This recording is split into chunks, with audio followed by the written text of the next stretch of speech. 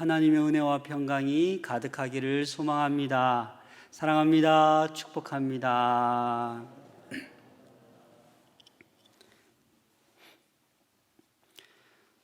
오늘은 벌써 그 가상칠언의 5번째 말씀입니다. 점점 많아지니까 여러분 기억나죠? 다시 한번 우리 한번 생각해 봅시다. 첫 번째, 십자가상에서 아버지 저들을 사하여 주옵소서, 용서하여 주옵소서. 이게 제가 뭐라고 그랬죠? 용서의 사랑. 이제 용서받았으니까 우리는 이제 구원을 받는 거예요. 구원의 사랑. 뭐라고 얘기했죠? 두 번째가 네가 오늘 낙원에 있으리라. 낙원에 있으리라. 세 번째, 이게 바로 구원의 사랑인데, 세 번째 뭐라 그랬죠? 네? 잘 안 들리는데? 책임의 사랑. 그래서 뭐라고 예수님께서 말씀하셨죠? 여자여 보소서 아들이니이다. 내 어머니라. 책임의 사랑을 말씀했어요. 그래서 우리가 죄 용서함 받고 구원의 사랑을 경험하면 책임 있게 살아가야죠. 예수님도 어머니를 책임 있게 요한에게 부탁했던 것처럼. 네 번째가 뭐죠? 이제 예수님께서 엘리 엘리 라마 사박다니, 나의 하나님 어찌하여 나를 버리시나이까. 이 네 번째, 다섯 번째로 오늘 또 비교해 봐야 되는데, 이 네 번째의 말씀은 뭐예요? 어떤 영적인 고통이에요. 하나님 나를 어찌하여 버리셨나이까.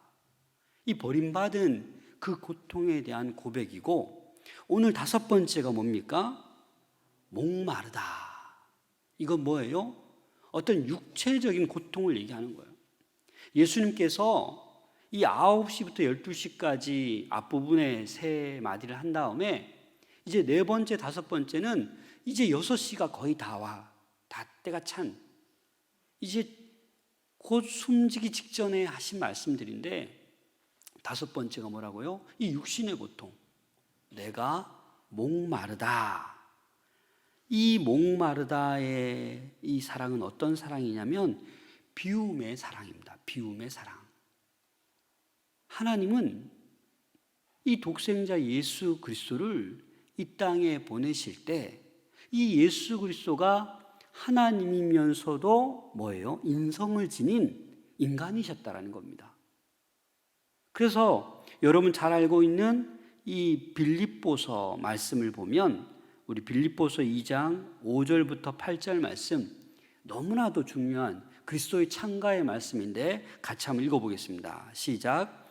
너희 안에 이 마음을 품으라. 곧 그리스도 예수의 마음이니 그는 근본 하나님의 본체시나 하나님과 동등됨을 취할 것으로 여기지 아니하시고 오히려 자기를 비워 종의 형체를 가지사 사람들과 같이 되셨고 사람의 모양으로 나타나사 자기를 낮추시고 죽기까지 복종하셨으니 곧 십자가에서 죽으심이라. 우리 예수님은 하나님과 동등된 분이셨어요. 그런데 어떻게 해요? 그 동등됨을 취하지 아니하시고 자기를 비우셨다라는 거예요. 그 하나님의 능력, 하나님의 성품, 그걸 다 비우시고 사람들과 똑같은 그런 종의 형체를 가지셨고 사람의 모양으로 나타나사 이제 자신을 죽기까지, 십자가에 죽기까지 복종하며 내어놓으셨다라는 겁니다. 이게 비움의 사랑이에요. 예수님은 철저히 인간적인 그 고통, 십자가를 지셨다라는 거예요.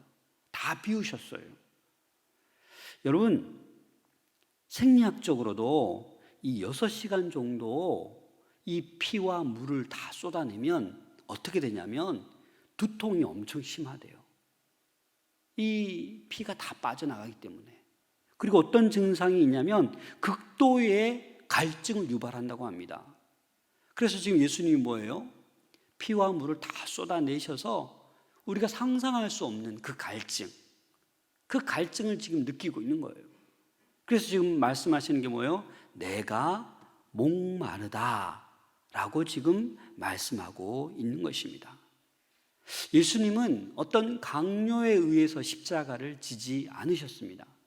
강요가 아니라 하나님 아버지께서 그 계획하신 그 구원의 계획에 오로지 순종하고 자기의 모든 것을 비워놓고 이 말씀을 십자가를 지고 따르고 있다라는 겁니다. 우리에게 생명을 주사 구원의 길을 여시기 위해서 우리 예수님은 육체를 입으시고 이 낮고 낮은 곳에 임하셔서 종의 형체를 가져 지금 십자가를 지고 있는 것입니다. 그래서 이 목마르고 피 흘리고 고통스러워하는 이 육신의 모습을 지녀야지만 온전한 대속제물이 될 수 있기 때문에 이 고통을 기꺼이 감당하신 거예요. 어떤 강요가 아니라 예수님이 선택해서 그 말씀에 순종해서 복종해서 지금 십자가를 지고 있는 것입니다. 예수님의 관심은 어떤 낮아짐에 대한 관심이 아니에요. 어떤 육체적인 고난에 대한 관심이 아니라 예수님의 관심은 오로지 하나님의 모든 일이 이루어지는 거예요. 이 십자가의 사건을 통해서 모든 백성이 구원받는 것을 그걸 원하셨던 거예요. 여러분 28절 오늘 본문 말씀인데 같이 한번 읽어보겠습니다. 시작. 그 후에 예수께서 모든 일이 이미 이루어진 줄 아시고 성경을 응하게 하려 하사 이르시되 내가 목마르다 하시니, 이 앞부분에 예수께서 모든 일이 이미 이루어진 줄 아시고 내가 이제 다 이루었구나. 그리고 성경을 응하게 하려 하사, 성경의 말씀대로 그 예언대로 다 이루어짐을 얘기하는 거예요. 그래서 십자가에서 예수님의 관심은 하나님의 구원 계획이 온전히 이루어지는 것이 예수님의 관심이었습니다. 여러분, 구원받은 우리는 어떤 관심이 있으십니까? 어떤 사람이 참된 그리스도인인지 참된 성도인지 그 관심사가 무엇인지 보면 압니다. 그 관심사 뒤에는 욕망이 있는 거예요. 그래서 그 어떤 사람 성도의 관심사가 무엇인지, 그 욕망이 무엇인지를 살펴보면 그 사람이 누구인지를 정확히 알 수 있습니다. 여러분, 이 새벽에 주님 앞에 나오셨는데 여러분들의 관심사가 뭡니까? 그 관심사 뒤에 있는 그 최고의 욕망이 무엇입니까? 하나님의 사람이라면 하나님을 향한 갈망이 있어야 돼요. 일하는 것도 또 살아가는 것도 그냥 하나님을 향한 갈망이 있는 거예요. 관심이 오로지 하나님의 나라와 의가 되는 거예요. 그런 사람이 참된 그리스도인, 크리스찬이 되는 거죠. 그런데 세속적인 사람이라면 그 관심사는 세속적인 관심사로 가득 차 있는 거예요. 아무리 내가 직분이 있고 신앙생활을 오래 했어도 지금 현재의 관심사가 오로지 쾌락, 즐거움, 부귀영화, 어떤 이런 것에 목표를 두고 하루의 모든 시간을 쏟아붓는다면 그 사람의 관심사는 뭐예요? 세속적인 관심사. 하나님과는 거리가 멀어요. 6일 내내 그 세속적인, 그 세상적인 관심사로 살다가 주일날 나와서 뭘 하는 거예요? 종교 행사를 하는 거죠. 그래서 여러분, 종교적인 그런 신앙인과 정말 믿음 생활, 신앙 생활을 잘하는 사람은 다르다라는 거예요. 우리는 종교적인 사람이 되어서는 안 됩니다. 신앙인이 되어야 돼요. 예수 그리스도께서 나를 위해 십자가 죽으시고 피 흘려 주시고 나를 구원하시고 내가 이 영생을 선물로 받았다라는 그 구원의 확신 가운데 우리는 살아갈 수 있어야 된다는 겁니다. 이 고난 주간을 보내면서 나의 관심사가 세속적인 것, 거기에만 머물러 있다라면 여러분들의 발걸음을 바꾸셔야 합니다. 마태복음 27장 33절 34절을 같이 한번 읽겠습니다. 시작. 골고다 즉 해골의 곳이라는 곳에 이르러 쓸개 탄 포도주를 예수께 주어 마시게 하려 하였더니 예수께서 맛보시고 마시고자 하지 아니하시더라.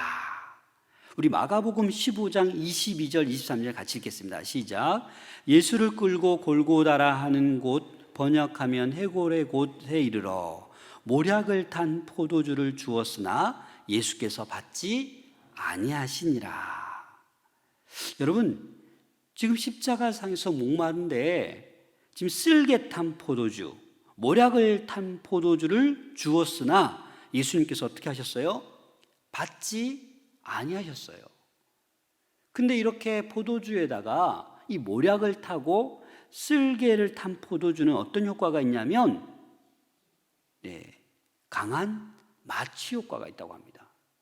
그래서 천연 마취제가 바로 이 포도주의 쓸개를 타고 모략을 타는 거예요. 그럼 이걸 마시면 어떻게 됩니까? 지금 육신의 고통이 어마어마하지만 조금이라도 그 육신의 고통을 덜 수 있는 거예요. 그런데 예수님이 이걸 어떻게 하셨습니까? 거부하셨다는 겁니다. 마시지 않았다라는 겁니다. 왜요? 예수님께서는 온몸으로 이 고난을 온전히 감내하기를 원하셨다라는 거예요. 이 고통을 다 짊어져야 온전한 대속제물이 되고 모든 사람들을 구원할 수 있음을 아셨기 때문입니다. 어떤 한 성도가 결혼을 해서 이제 임신을 했어요. 그 산부인과 가보니까 의사 선생님이 아유, 우리 산모는 참 건강하군요. 이대로 10달 뒤에 뭐 이렇게 자연분만하면 되겠습니다. 그래서 10달 뒤에 병원을 딱 갔는데 이 의사 선생님이 갑자기 무통분만이 있으니까 이걸로 한번 하시면 좋겠다고. 이 무통분만하면 그냥 별로 통증 없이 아기를 낳을 거라고. 여러분 무통분만 맞아 보셨습니까? 우리 어르신들은 그냥 자연분만하고 뭐 이렇게 또 제왕절개하는데, 그래서 이 산모가 잠깐 생각을 하다가 그냥 저는 무통분만 주사 맞지 않고 그냥 그 고통을 느끼고 자연분만하겠습니다. 그래서 이 산모가 자연분만을 해서 건강한 아기를 낳아서 오히려 아기가 건강하고 그 출산의 고통이 무엇인지 잘 알게 되었다. 이런 얘기를 한 것을 보았습니다. 여러분 무슨 말입니까? 예수님도 마찬가지입니다. 뭔가 고통을 덜기 위함이 아니라 그냥 목마르면 목마른 대로 그 고통을 온전히 감당하셨다라는 겁니다. 예수님의 고난의 현장은 온 인류의 모든 죄악이 심판받는 그런 자리였습니다. 그렇기 때문에 예수님께서는 온몸으로 이 고난을 감내하고자 하셨던 것입니다. 진정한 그리스도인의 삶은 구원의 기쁨을 누리는 거예요. 세상이 알 수 없는 평안이 우리 삶 가운데 충만한 거예요. 질병이 낫게 됩니다. 사업이 잘 됩니다. 하나님이 주시는 그 축복을 누리면서 살게 됩니다. 그런데 여기서 그치면 안 됩니다. 여기에서 그냥 평안하고 축복이 있고 잘 되네, 하나님께서 복 주셔서 나에게 아무 어려움이 없네, 이렇게 살아가는 것에 그치시면 안 된다라는 겁니다. 온전한 그리스도인이라면 정말 제자의 삶을 사셔야 합니다. 제자들이 축복을 누릴 뿐만 아니라 어떤 것을 누리게 되냐면 고난도 함께 온다라는 거예요. 그래서 진정한 제자의 길은 뭐예요? 십자가를 지고 가는 길이 진정한 제자의 길이라는 겁니다. 신앙생활을 잘하면서도 축복을 받고 구원의 기쁨을 누리고 모든 것이 잘 되면 거기에서 그냥 그치는 분이 계신데 그러면 안 된다라는 겁니다. 디모데후서 1장 8절에 보면 바울은 가장 사랑했던 제자 디모데에게 이런 말을 합니다. 같이 읽겠습니다. 시작. 그러므로 너는 내가 우리 주를 증언함과 또 주를 위하여 갇힌 자 된 나를 부끄러워하지 말고 오직 하나님의 능력을 따라 복음과 함께 고난을 받으라. 복음과 함께 고난도 받아야 되는 거예요. 오히려 교회 다니면서 축복만 받고 그냥 평안하다, 모든 게 잘 된다, 기쁨의 감격만 누리는 곳에서 스탑하면 안 되고 그 말씀에 순종해서 제자답게 십자가도 질 줄 알아야 되는 거예요. 그 십자가가 하나님의 능력을 따라 복음과 함께 고난을 받는 것입니다. 고난을 거부하지 않는 거예요. 신앙생활 하다 보니까 하나님의 일도 해야 되고 복음도 전해야 되고 봉사도 해야 되고 이러다 보니까 뭐가 있어요? 희생이 필요하잖아요. 그런 고난을 오늘날 갈수록 거부하려고 합니다. 아무도 나를 건드리지 마세요. 저는 주일 예배만 드릴 거예요. 자기만을 위한 신앙생활을 하고 있다는 겁니다. 디모데후서 2장 3절입니다. 같이 읽겠습니다. 시작. 너는 그리스도 예수의 좋은 병사로 나와 함께 고난을 받으라. 주님께서는 저와 여러분들이 좋은 병사가 되기를 원하십니다. 여러분, 병사가 전쟁터에 나가면 그게 쉬운 겁니까? 목숨 내걸고 때로는 굶기도 하고 때로는 많이 걸어야 되고, 그런 좋은 병사는 고난도 함께 받는 거예요. 이번에 러시아 병사들을 보면 알잖아요, 그렇죠? 전쟁인지도 모르고 돈 준다고 막 이렇게 놀러 나오시 나왔는데 이게 현실인 거예요.